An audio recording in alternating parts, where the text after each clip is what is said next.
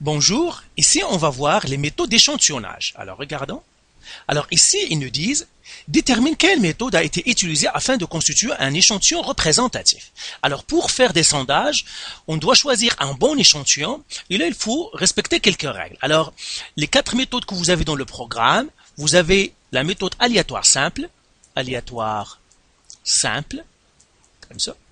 Et dans aléatoire simple, eh bien l'échantillon, on va choisir unité statistique par unité statistique, ça veut dire élément par élément de l'échantillon, d'une manière aléatoire. La deuxième méthode, c'est systématique.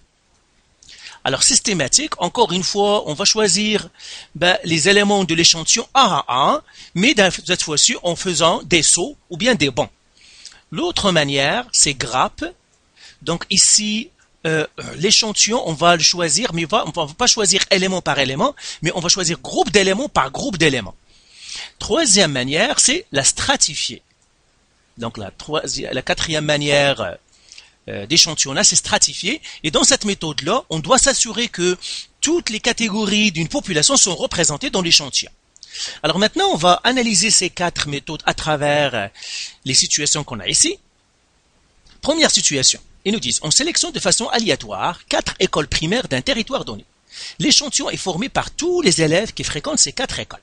Alors ici, pour ne pas me tromper, toujours moi je sors les informations. Premièrement, je sors ma population. Parce que c'est des statistiques. Les statistiques, généralement, on doit connaître c'est quoi la population. L'échantillon ici, parce que il parle des méthodes d'échantillonnage, donc je regarde quel échantillon ils ont choisi. Et là, je vais regarder la méthode appropriée pour l'échantillon qu'on a fait. Ici, ils nous disent, on a sélectionné de façon aléatoire 4 écoles. Ça veut dire on a choisi. Ce qu'on a choisi, ce sont les écoles. Donc 4 écoles.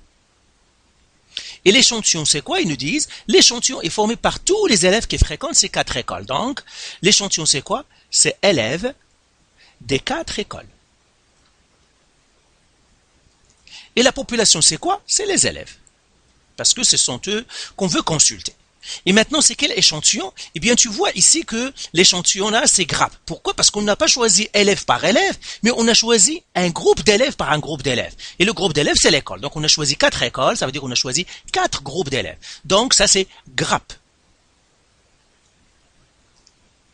Alors, tu vois, ça, c'est un truc pour savoir est-ce que c'est grappe. Toujours regarde l'échantillon. Si l'échantillon, on a choisi des groupes d'unités statistiques, ici ce sont des groupes d'élèves, eh bien c'est grappe. Donc un groupe, ça s'appelle un grappe. Une grappe pour un échantillon. Maintenant, regardons la deuxième situation. Voilà. Encore une fois, je vais regarder c'est-à-dire la population et l'échantillon. Ici, on nous dit, on sélectionne de façon aléatoire 100 élèves à partir d'une liste. Donc ici, qu'est-ce qu'on a choisi? On a choisi 100 élèves. Ça veut dire qu'on a choisi élève par élève. 100 élèves, ça c'est mon échantillon. La population encore, c'est les élèves. Et dans cette situation-là, on a choisi élève par élève, ça veut dire, et d'une manière aléatoire, donc c'est aléatoire simple. Aléatoire simple. Troisième situation. Donc j'efface ici. Comme ça. Ici. Pour chaque modèle de voiture fabriqué par un constructeur automobile, on sélectionne de façon aléatoire un nombre de voitures proportionnel au nombre de véhicules produits. Il faut bien analyser la situation. Ils disent ici, pour chaque modèle de voiture, donc pour chaque modèle de voiture, on sélectionne de façon aléatoire un nombre de voitures. Donc l'échantillon, c'est quoi? C'est les voitures, c'est-à-dire le nombre, ce sont des voitures, un certain nombre de voitures, par modèle. Pour chaque modèle, donc c'est ce qu'ils nous disent ici, pour chaque modèle, je choisis certaines voitures, proportionnelles au nombre total. Donc l'échantillon, c'est quoi? C'est les voitures, c'est-à-dire la population, c'est quoi? C'est les voitures, mais selon leur modèle. Donc les voitures, donc la population ici, on la partage ou bien on la subdivise en modèles. Ça veut dire la population ici, il y a plusieurs catégories dans la population, c'est-à-dire les voitures sont divisées en modèles. Et bien ici, qu'est-ce que j'ai? J'ai des strates. Donc quand c'est la population qui constitue de ce groupe, on appelle les sous-groupes les strates. Donc ici, ça va être quoi? Stratifié. Pourquoi? Parce que la population est subdivisée en sous-groupes, stratifiés. Et qu'est-ce qu'on veut? On veut que chaque modèle soit représenté dans notre échantillon. C'est pour ça qu'on veut choisir un certain nombre de voitures par modèle pour que tous les modèles soient représentés dans mon échantillon. Donc, ce sont des strates. Alors, regarde, ici, ça, c'est un truc qui est important. Quand je vois que c'est la population qui contient des sous-groupes, eh bien, c'est les strates. Donc, stratifier, ça veut dire population. La population contient des sous-groupes ou bien des catégories. Des sous-groupes.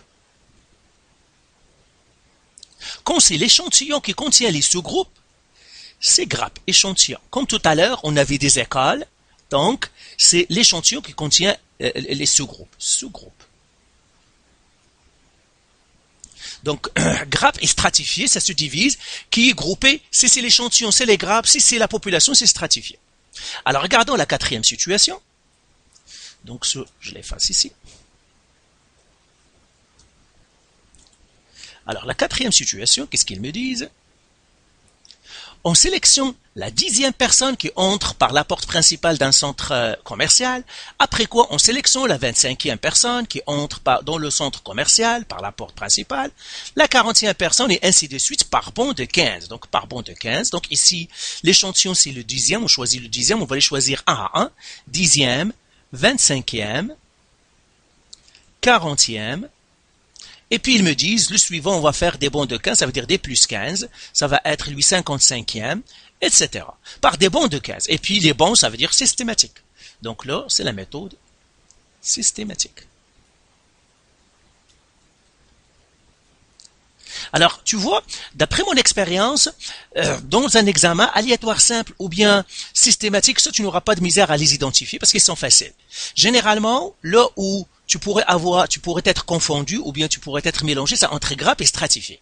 Et par suite, sors toujours. Regarde ta population, c'est quoi? Ton échantillon, c'est quoi? Si c'est la population qui contient des sous-groupes, c'est stratifié. Si c'est l'échantillon qui contient des sous-groupes, comme tout à l'heure les écoles, 4 groupes d'élèves, c'est les grappes.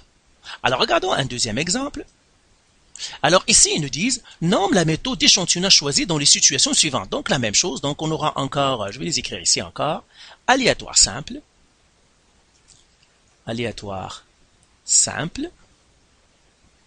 systématique, la méthode systématique, grappe. Donc les grappes, donc je pourrais faire ici entre parenthèses, sous-groupe dans l'échantillon. Dans l'échantillon. C'est l'échantillon qui contient les sous-groupes. Et puis j'ai stratifié.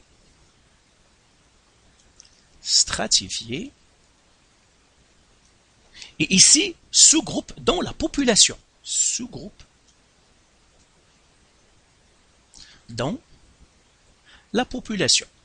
Quand j'ai des sous-groupes dans la population, j'aimerais que toute la population soit représentée. Toutes les catégories de groupes soient représentées dans mon échantillon, donc je choisirai la stratifier. Alors regardons maintenant la première situation. Alors ici, ils nous disent, pour connaître les habitudes alimentaires des élèves de la première année du deuxième cycle du secondaire de son école, Judy interroge systématiquement tous les élèves des groupes 301 et 309 de l'école. Alors encore une fois, je vais faire ici population. Je vais regarder ma population, c'est quoi? Mon échantillon, c'est quoi? Échantillon. Et je vais regarder la méthode d'échantillonnage. Alors, encore, analysons la situation. Il nous dit quoi? Eh bien, pour connaître les habitudes des élèves de première année, eh bien, Julie, qu'est-ce qu'il va interroger? Il veut connaître les habitudes des élèves de première année. Donc, la population, c'est quoi? C'est élèves de première année du deuxième cycle. C'est ça. L'échantillon, qu'est-ce qu'elle a fait? Il a choisi les groupes 301 et 309. Donc, échantillon, donc, élèves des groupes, c'est-à-dire il a choisi les groupes, il n'a pas choisi élève par élève, mais il a choisi les groupes 301 et 309. Donc ici c'est quoi? C'est grappe. Pourquoi? Parce que c'est l'échantillon qu'il a choisi. Il a choisi, au lieu de choisir élève par élève, il a choisi un groupe d'élèves et un autre groupe d'élèves. Donc ça c'est grappe. Donc ça c'est une grappe. Donc j'écris ici, ça c'est grappe. Donc la méthode ici, c'est grappe. Et là, je vais faire grappe.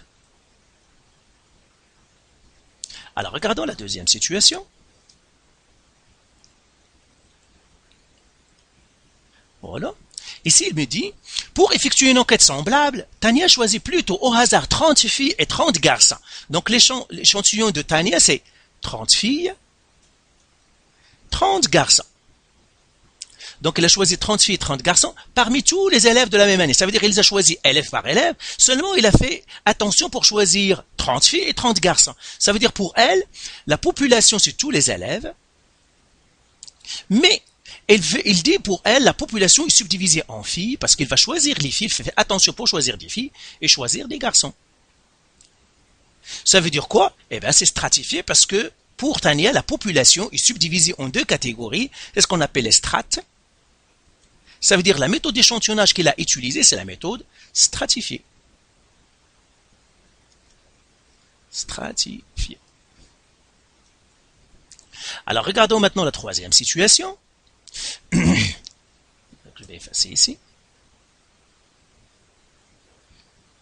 Troisième situation, pour obtenir l'opinion de 50 personnes sur les 600 qui assisteront à un congrès, Gabriel propose d'insérer un questionnaire dans les 12e, 24e, 36e, 600e dossiers préparés. Et bien tout simplement, ici l'échantillon c'est qui? Il va choisir le 12e participant, le 24e, le 36e,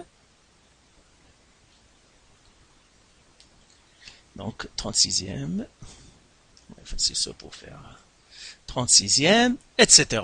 jusqu'au 600e, comme ça.